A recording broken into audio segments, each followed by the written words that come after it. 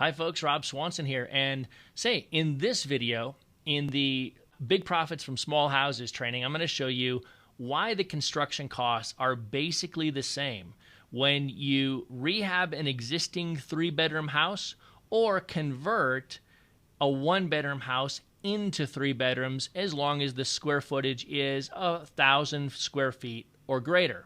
That's really the strategy that we're talking about here. So to do this, I'm going to use the FreedomSoft Rehabber's GPS, and I'm going to go in and I'm just going to add a project. And the first thing I'm going to do is I'm going to pick my project type as a full remodel, fix and flip, and we'll just go ahead and we'll set a closing date, and we'll push the project out a little bit, and we'll just come in here and we'll call this 3 to 1 bed example rehab comparison. Okay, that's gonna be my project address, and we'll put this in Broomfield, Colorado, and we'll click create the project. So what happens is a project inside of the Rehabber's GPS gets started, and really what we want to use here is the rehab estimator. And the first thing I'm going to do is show you how we're going to pick a ranch style house. We're going to say it's 1,050 square feet and 1,050 square feet finished. There's no basement, and we're going to say that it's a 3-bedroom, 1-bath house, and there's no garage. The roof needs to be, let's say, repaired. We're going to put no contingency, and the condition of the house today is a total beater. It could be livable and needs work, or livable and clean, but let's just say it's a total beater. And after repairs, we still have 1,050 square feet, so we're not adding on. We have 3 bedrooms and still 1 bath and still no garage. We're not adding a garage.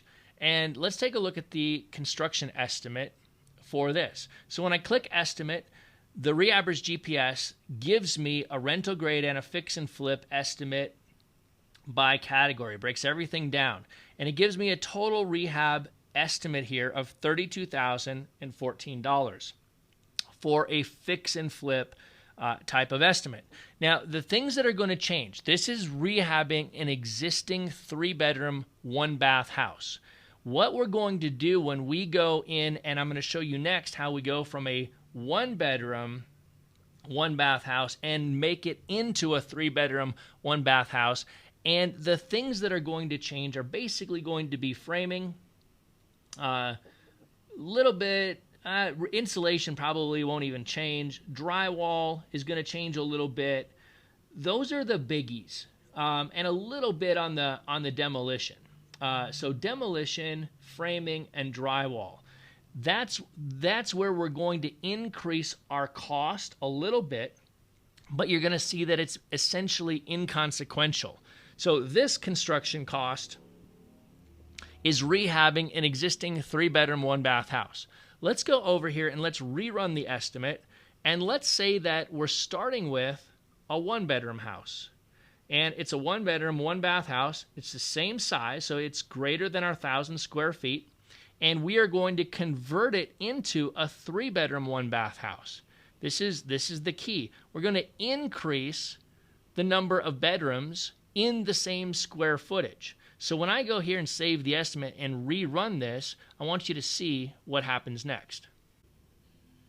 So here are the numbers when we convert from a 1-bedroom into a 3-bedroom, and we can see our demolition cost went up a little bit. Our framing cost went up a little bit because we're gonna move walls around. We're gonna reframe some walls, and then we're gonna add new drywall. So our drywall costs went up a little bit. So if we scroll down and look at our fix and flip estimate, we can see that essentially we've gone up by around $3,000. So to take a 1,050 square foot, 1-bedroom, 1-bath house and just reconfigure the framing on the inside of the house, the main things that it affects are the framing, drywall, and the demolition. And so it's inconsequential.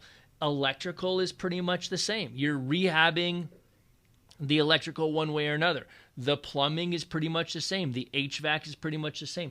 all of that stuff, everything else pretty much stays the same. And so this is why it works when you basically are looking for that price gap, because the cost of repairs to go from a 1-bedroom to a 3-bedroom is nearly the same as rehabbing an existing 3-bedroom house by itself. So I hope this little short video helped you understand why this strategy works and give you some actual field numbers to see that the math actually plays out that way. So this is Rob Swanson. We'll see you in the next video.